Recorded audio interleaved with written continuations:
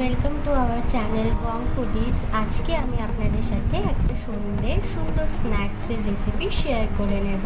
Chicken cheese ball বানাতে আমাদের লাগছে পেঁয়াজ কুচি, ক্যাপসিকাম, স্বাদ মতো নুন, অরিগ্যানো, চিলি ফ্লেক্স, গোলমরিচ। এখানে আমি একটা ছোট পেঁয়াজ কুচি করে নিয়েছি আর ক্যাপসিকামের হাফ নিয়েছি।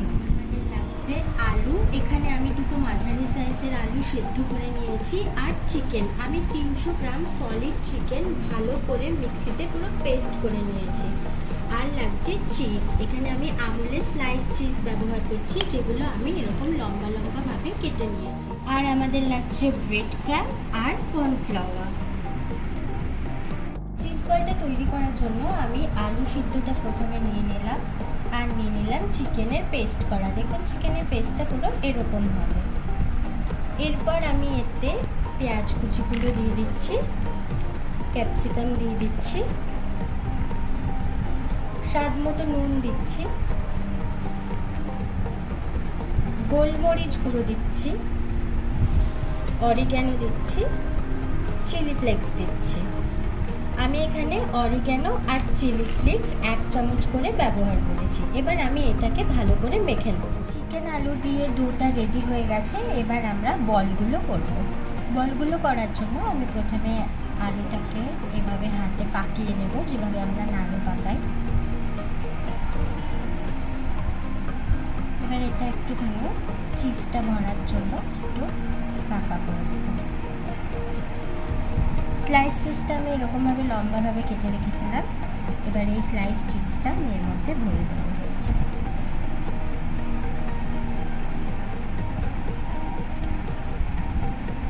আবার আমি এটাকে ভালো করে গোল করে নেব। গরম জলে কর্নফ্লাওয়ারটা গুলে রেখেছিলাম, এর মধ্যে আমি আলুর ডোটাকে চুবিয়ে ব্রেড ক্রাম্বে ভালো করে মাখাবো।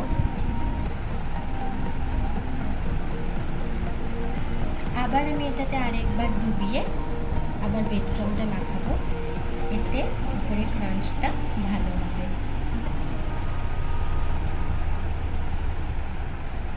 ব্রেড ক্রাম্ব না থাকলে আপনারা বিস্কিটের গুঁড়ো দিয়েও এটা করতে পারেন। দেখুন আমাদের বলটা একদম রেডি। বলটা এরকম হবে। সেম প্রসেসেই আমি সবকটা বলগুলো করে নিয়েছি। দেখুন বলগুলো এরকম হচ্ছে।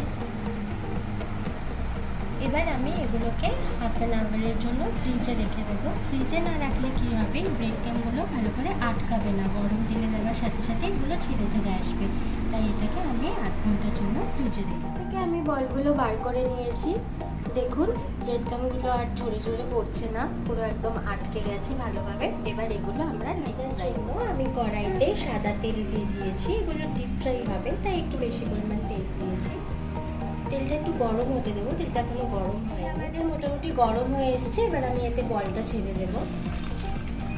আমি গ্যাসের আঁচটা মিডিয়ামে করে দেব, তাহলে ভেতরের জিনিসগুলো ভালো মতো কুক হয়ে যাবে।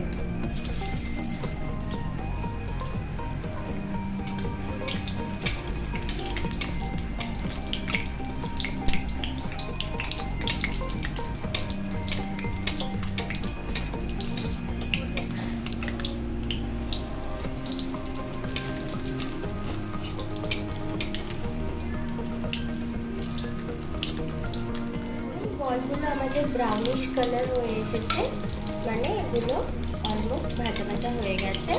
এইভাবেই আমি সবকটা বল ভেজে নেব।